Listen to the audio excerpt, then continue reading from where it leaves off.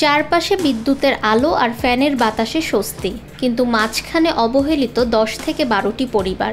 ব্রাহ্মণবাড়িয়ার বিজয়নগর উপজেলার বুধন্তি ইউনিয়নের শ্যামরা গ্রামের উত্তর প্রান্তে দীর্ঘ 1 যুগ ধরে বিদ্যুৎহীন মানবেতর জীবন কাটাচ্ছেন ইসার উদ্দিন ভূঁইয়া ও তার আশেপাশের পরিবারগুলো।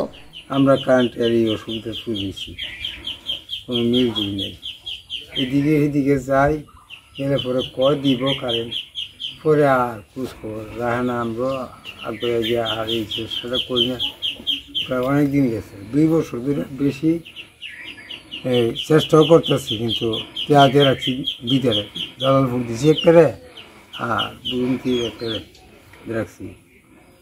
2 বছর ধরে খুব ঝামেলা করতেছি, এরা এই দিব সেদিন দিব এই নানান ভেজাল, এবার খুব কষ্ট করতেছি। বাচ্চার জন্য আবেদন করতে গেলে তারা বলছে কাউরে না কাউরে ধরে আসুন, নয়তো হবে না। তারপরে আমরা জালালপুরের একজনের কাছে গেছি, দালালের কাছে, তাইনে টাকা পয়সা নিছে, তারপর তাইনে আর পাইলাম না, বাড়িতেও গেলাম। তারপর বুদন্তির এক দালালের কাছে গেছি, তাইনে প্রায় 20,000 টাকা নিছে, তাইনেও অনেক বছর ধরে, প্রায় 2 বছর যাবৎ তাইনে আমরা অনেক ঘুরাইতেছে, অনেক কিছু বলতেছে। তারপর এক চেয়ারম্যানের কাছে গেলাম, আমাদের বর্তমান চেয়ারম্যান, তাইনের কাছে গেলাম, তাইনেও 6-7 হাজার টাকা নিছে, নিয়ে বলছে 10 দিনের ভিতরে কারেন্ট আসবে। তারপর প্রায় 4 মাস হয়ে গেল, আমরা কারেন্টের কোনো আবাস পাইতেছি না।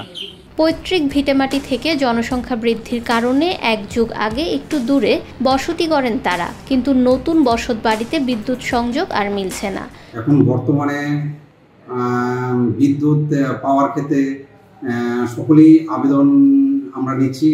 যাদের সার্ভিস ড্রপের আওতায় খুঁটি আছে তাদেরকে আমরা মিটারটা 7 দিনের ভিতরে দ্রুতই দিয়ে দিচ্ছি অনলাইনে আবেদন করার পরে, শুধুমাত্র জামানত জমা নিয়ে।